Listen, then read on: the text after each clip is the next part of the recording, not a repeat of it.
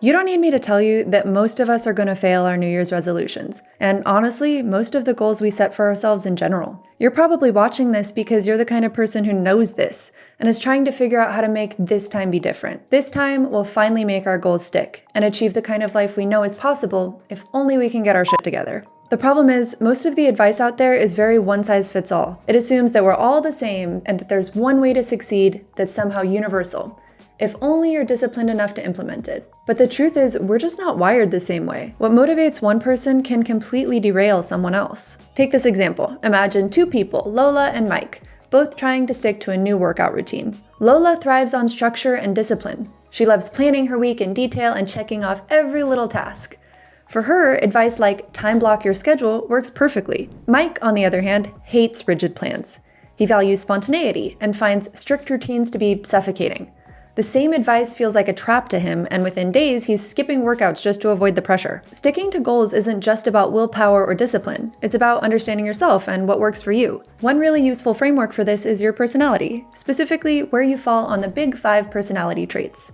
These traits, 2 of them in particular, influence pretty much everything about how we approach goals, including how we deal with challenges, handle setbacks, and stay consistent, or don't. By the end of this video, you'll have tailored strategies designed to work for you and your particular personality, so that this year actually will be different. Let's get into it. We're going to use the Big 5 to frame our discussion of personality. This is one of, if not the most, science-backed frameworks we actually have for this kind of stuff. It measures 5 broad dimensions of human behavior and thought patterns, which remain relatively stable over the course of your life. Each trait exists on a spectrum, meaning individuals can score really high or low or somewhere in between for each of the dimensions. This model is widely accepted among psychologists because it's supported by decades of research at this point across cultures and different populations. Studies show Big 5 traits are robust predictors of important life outcomes like academic success, job performance, relationships, and goal achievement. The Big 5 traits, openness, conscientiousness, extraversion, agreeableness, and neuroticism, explain why some strategies resonate with us while others don't work at all. Each trait sheds light on different motivations, potential pitfalls, and opportunities to leverage our natural tendencies. 2 of them are particularly important. Let's start with the one that has the sneaky ability to sabotage us before we even begin: neuroticism. Let's start with a quick quiz to help you identify if neuroticism might be influencing your ability to stick to goals. I want you to ask yourself, 1, do you often feel anxious or overwhelmed when starting something new? 2, do setbacks derail your motivation, making you feel like giving up entirely? And 3, are you prone to second-guessing yourself or procrastinating because the task just feels too big to handle? If you said yes to most of these, chances are you're high on neuroticism. On the flip side, if you rarely feel stressed or worried, but sometimes lack urgency to get things done, you might be low in neuroticism. Neuroticism measures how emotionally stable or sensitive we are to stress, and it plays a massive role in how we approach our goals. Let's dive into how these tendencies can sabotage us. People high in neuroticism often get trapped in cycles of self-doubt and feel overwhelmed. For example, you spend hours obsessing over the perfect way to start a project, only to avoid starting it altogether. Or the possibility of things going wrong looms so large in your mind that you'd rather not try than risk falling short. Or the stress of even thinking about your to-do list can drain your energy before you even take any action at all. Let's imagine Lila, who's high in neuroticism. She's been procrastinating on starting her fitness journey. She feels like if she can't stick to the perfect routine, there's no point in trying at all. That fear of failure keeps her stuck in place. If this sounds like you, don't worry. There are absolutely strategies that can help you work with your emotions rather than against them. First things first, practice stress reduction techniques. Incorporate mindfulness, meditation, deep breathing exercises, whatever works for you, into your routine to calm your mind. For example, maybe spend 10 minutes meditating before you start on a particularly large project. Journaling can also be really good here. There's an app I've been enjoying called Rosebud, which is an AI-powered journal, basically like a journal with interactive prompts. It can be good for getting clarity and working through some of those mental blockers in a super cost-effective or free way. Next, focus on small wins. Break large tasks into smaller, less intimidating steps. For instance, if writing the whole report feels overwhelming, start by outlining the sections, then work on one section at a time. What we're trying to do here is avoid overly ambitious plans that might trigger anxiety. Similarly, setting a timer for just 15, 20 minutes and committing to working on a task during that time can be helpful, because knowing that there's this predefined endpoint can make it less intimidating to just get started. Finally, embrace a mindset that views failure as part of growth. When setbacks occur, start again immediately and don't let the guilt really get to you. Don't let failure become a vicious cycle. Working with a therapist who specializes in cognitive behavioral therapy can be really helpful here. On the flip side, if you're low in neuroticism, you might be calm and collected, but sometimes too calm.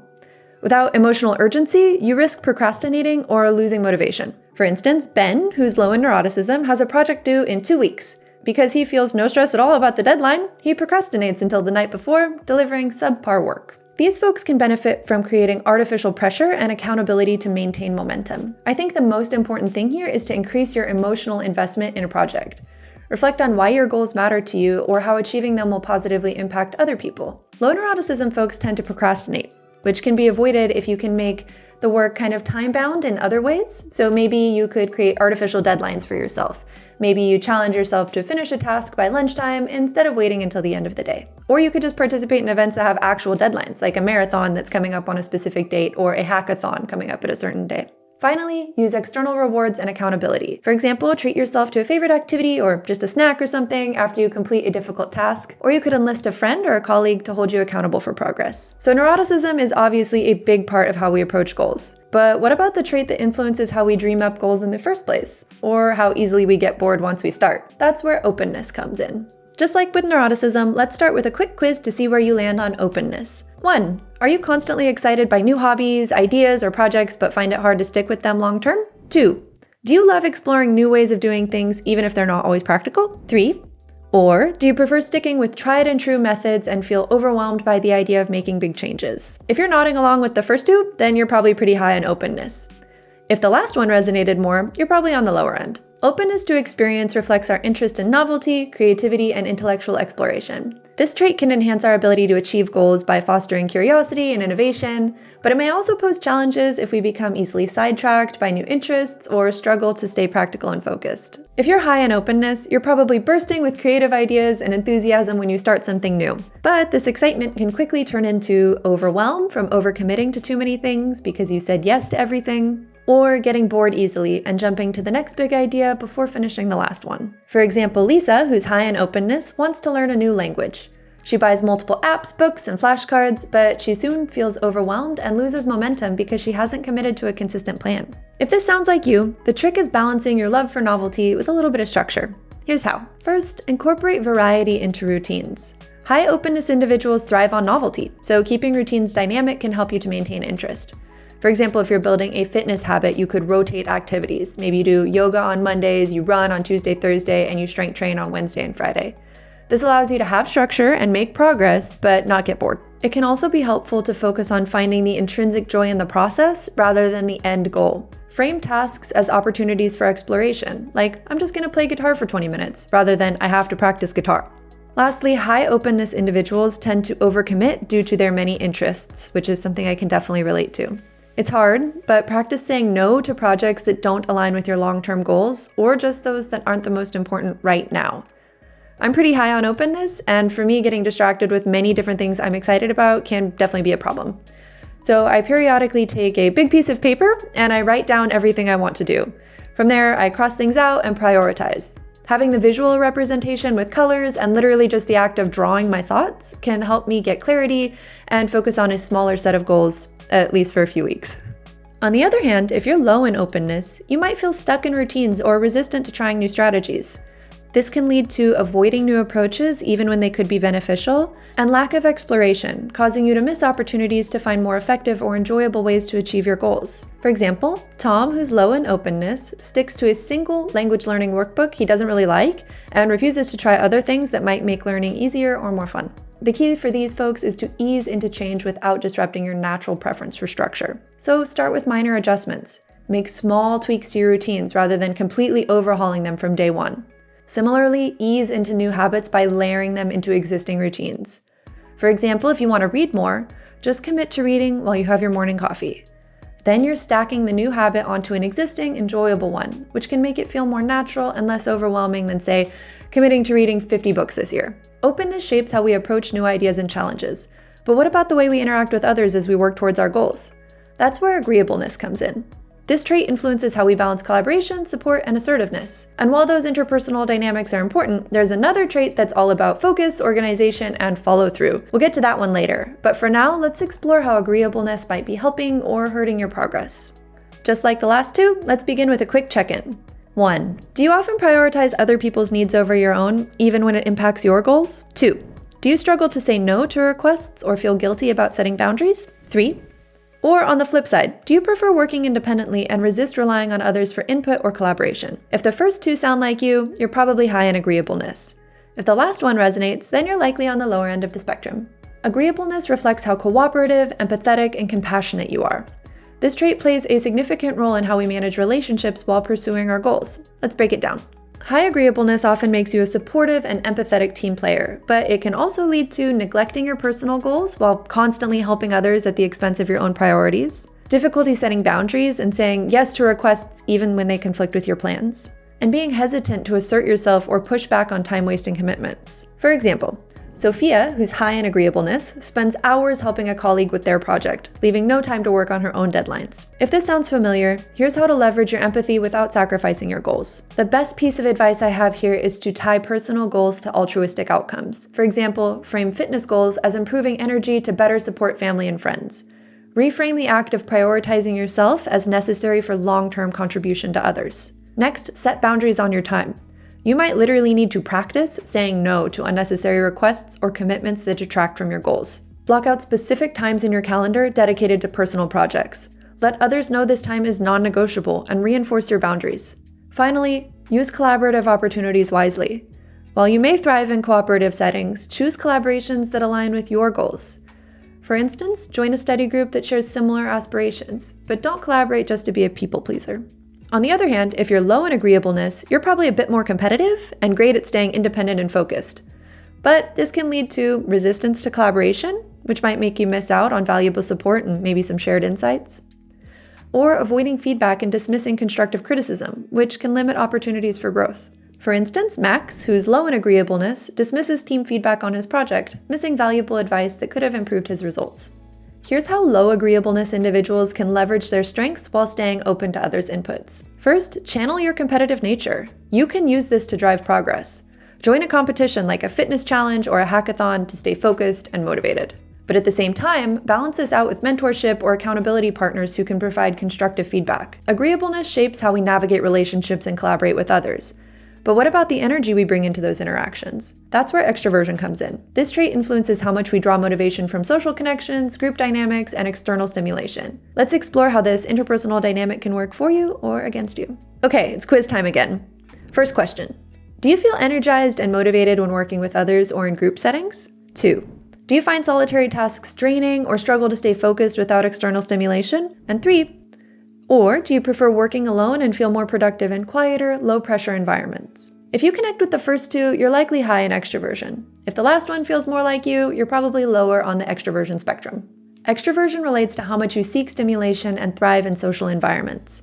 If you're high in extraversion, you probably excel in collaborative and high-energy environments. But you might struggle with consistency in solitary tasks that lack social interaction and have an over-reliance on external feedback to stay on track. For example, Alex, who's an extrovert, feels motivated when attending group fitness classes, but he skips his workouts every time when he plans to go to the gym alone. If this sounds like you, the key is to embrace your love for connection while building strategies to stay consistent on your own. First and most obviously, join group activities. Collaborative settings help extroverts stay motivated, so join a group fitness class or a running club or something like that. Another thing that can work for extroverts is to leverage social connections to stay accountable. So for instance, share your progress with a group of supportive friends, or create a public commitment like posting your weekly learnings on a blog. Lastly, since extroverts may struggle with tasks requiring independent focus, break these into shorter, manageable sessions and reward yourself after completing them. For example, spend 30 minutes writing in a quiet space, then join a group brainstorming session to recharge. If you're low in extraversion, you likely thrive in independent and low-pressure environments, but may miss out on collaborative opportunities where valuable insights or feedback could have been gained. For example, Maya, an introvert, excels when studying alone, but avoids joining study groups, potentially missing out on new perspectives and learning opportunities. For introverts, the key is to create comfortable conditions for independent focus while gradually stepping into collaborative spaces. Quiet, distraction-free environments are particularly important for introverts. Design spaces where you can focus without interruption. So set up a dedicated study area with noise-canceling headphones or just a private workspace. It can be helpful to push yourself to work socially a little bit, but maybe instead of joining large or busy groups, opt for one-on-one or small group interactions. Finally, seek low-pressure accountability. Partner with someone you trust to check in on your progress in a way that feels comfortable, like weekly texts with a friend or a mentor. Extraversion influences whether we thrive on social energy or solitude, but no matter where you fall on that spectrum, one trait plays a critical role in whether you follow through on your goals: conscientiousness. This is the number one trait that impacts your success in goal setting and achieving those goals. Let's get into it. Here's our last little quiz. 1. Do you love creating detailed plans and routines, but feel stressed or stuck when things don't go exactly as planned? 2. Do you find it easy to stay organized and follow through, but sometimes push yourself so hard that you burn out? Or 3. Do you struggle to create structure and follow through, often procrastinating or losing track of your goals? If the first two resonate, you're likely high in conscientiousness. If the last one feels more familiar, you may score lower on this trait. Conscientiousness measures self-discipline, organization, and dependability.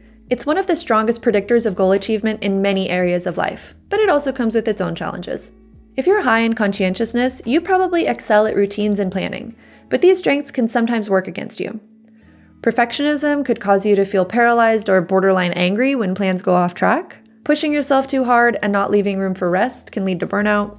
And momentum loss can be really hard, which is when you struggle to recover from a break in your streak. For example, Jake, who's high in conscientiousness, sets an ambitious study schedule for exams, but feels anxious and down on himself when he can't stick to it perfectly.